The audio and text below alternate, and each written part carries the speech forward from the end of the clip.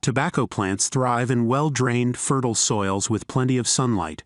Before planting, the soil is prepared by plowing, harrowing, and ensuring proper pH levels. Seeds are sown in seed beds, where they are nurtured until they reach a suitable size for transplanting, usually around 6 to 10 weeks old. Tobacco plants require consistent care throughout their growth cycle. Regular watering, pest control, and weed management are essential.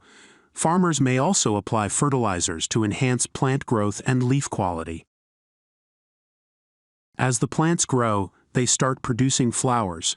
To encourage larger leaf growth and better quality, farmers remove the flowers by topping the plants. Additionally, they remove unwanted shoots or suckers to focus the plant's energy on leaf development. Harvesting typically begins when the lower leaves of the plant mature. Leaves are harvested at different times as they ripen from the bottom of the plant upward. This labor-intensive process involves hand-picking individual leaves. The leaves are carefully harvested to minimize damage, as any tears or blemishes can affect the final product's quality. Bringing tobacco leaves out to dry in the sun is a critical phase in the curing process, significantly impacting the final quality and characteristics of the tobacco. Sun exposure facilitates the evaporation of moisture present in the leaves. By gradually drying the leaves, the moisture content decreases, which is crucial for preserving the leaves and preventing mold or spoilage during storage. Sun curing influences the color development of tobacco leaves. The exposure to sunlight can deepen the hues of the leaves, transitioning them from green to shades of yellow, brown, or even darker tones, depending on the specific tobacco variety and curing duration. The tobacco leaves are strung or threaded onto sticks or strings. These sticks, laden with leaves, are then hung on tiered racks within the curing shed. Firewood stoves. In the curing shed, firewood stoves or furnaces are used to generate smoke and heat.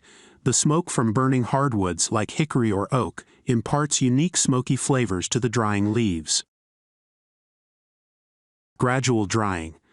The firewood generates controlled heat and smoke, slowly drying the tobacco leaves over a period of several days to weeks. The heat and smoke exposure contribute to the development of specific flavors and rich, dark colors in the leaves. Monitoring and adjustment. Throughout the process, farmers closely monitor temperature and airflow to ensure consistent drying and prevent overheating or uneven curing. They may adjust the firewood or airflow to maintain optimal conditions. Curing completion. Once the leaves have reached the desired level of dryness, they are removed from the curing shed. These fire-cured tobacco leaves possess distinctive smoky, robust flavors sought after in certain tobacco products like pipe tobacco or specific types of cigars.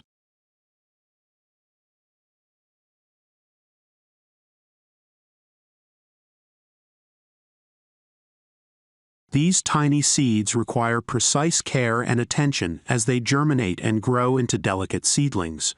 Once sprouted, these young plants are nurtured in controlled environments, ensuring optimal conditions for their development. After reaching a certain maturity, they are carefully transplanted into cultivated fields, marking the commencement of their growth cycle. Greenhouse preparation involves sterilizing the structure, prepping nutrient-rich soil, regulating temperature and humidity, setting up irrigation, optimizing lighting, and ensuring proper functioning of systems. Following this, foam containers, carefully prepared with seeds, are strategically placed within the greenhouse. These containers are positioned in areas that receive suitable light and temperature conditions to foster the seed's germination. The boxes float on the water surface, which can protect the seeds from direct contact with overly saturated soil, preventing waterlogging that might hinder germination. Placing seeds in styrofoam boxes on water can shield them from certain pests or fungi present in the soil, potentially reducing the risk of early-stage damage. Clipping marks one of the initial steps, involving the removal of suckers and unwanted shoots from the tobacco plants.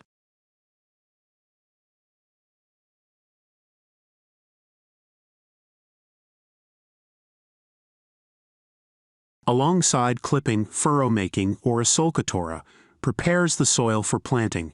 This involves creating furrows or ridges in the soil, optimizing drainage and facilitating the plant's root growth.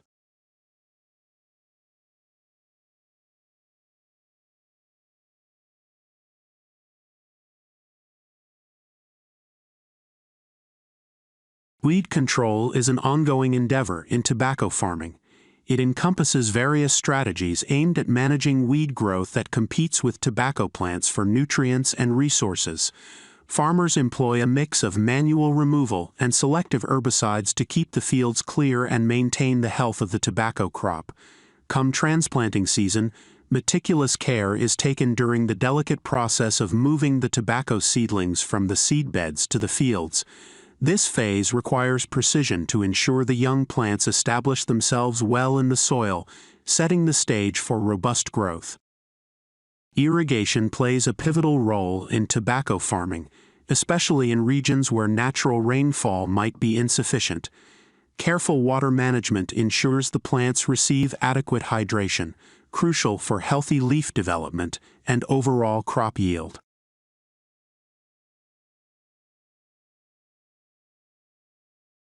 Harrowing, or picatora, involves tilling the soil between rows of tobacco plants. This process breaks up clods, aerates the soil, and controls weed growth, contributing to the overall health of the crop. One of the critical threats to tobacco plants is downy mildew. To combat this, farmers implement anti-downy mildew treatments. These treatments, often consisting of fungicides or other preventive measures, safeguard the plants from this potentially devastating disease. As the plants mature, topping or pruning becomes essential. This process involves removing the flowering head of the tobacco plant, redirecting the plant's energy toward leaf growth and improving leaf quality. Manual harvesting involves the use of human labor to harvest crops. It offers precision and selective harvesting, where experienced workers can handpick fruits, vegetables, or crops like tobacco with care, ensuring only ripe produce is collected. This method allows for a discerning eye to avoid damaging plants and selectively gather the best quality yield.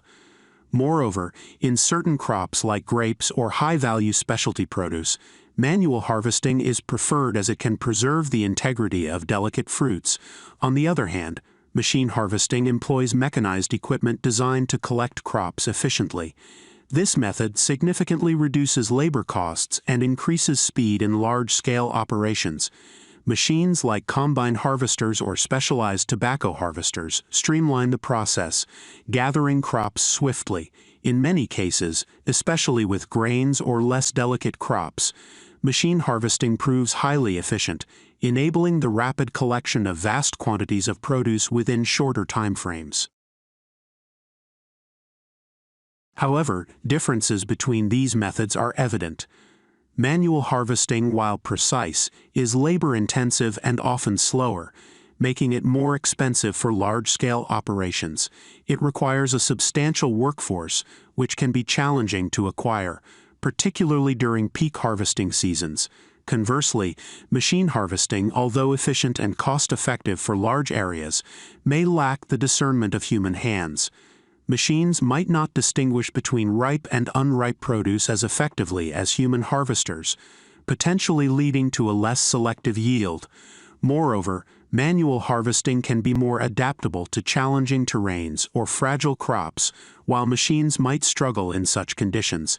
Additionally, machines demand significant initial investment, maintenance costs, and technical expertise for operation and upkeep.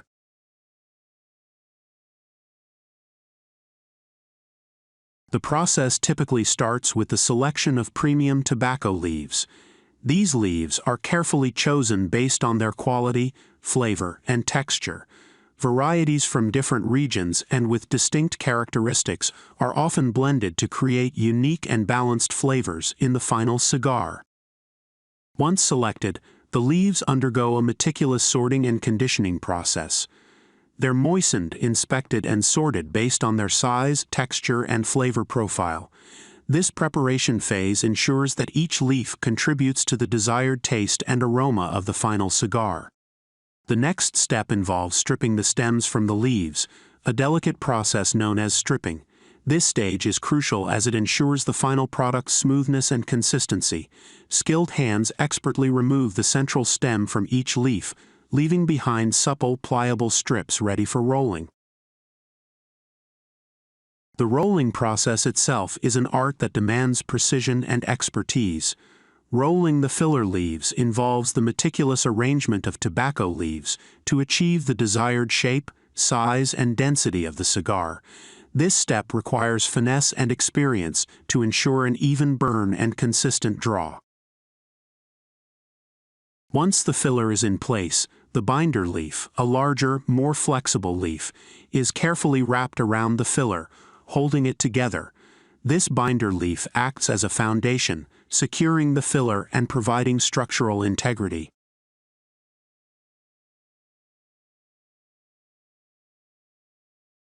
The final touch involves the application of the wrapper leaf. This outermost leaf is often the most aesthetically pleasing and flawless, enhancing the cigar's appearance. The wrapper is meticulously applied, ensuring a smooth, seamless finish. Expert hands roll and shape the wrapper leaf around the cigar, creating the distinctive look and feel of the finished product. After rolling, the cigars undergo a resting period, allowing the flavors to meld and the moisture to distribute evenly throughout the cigar.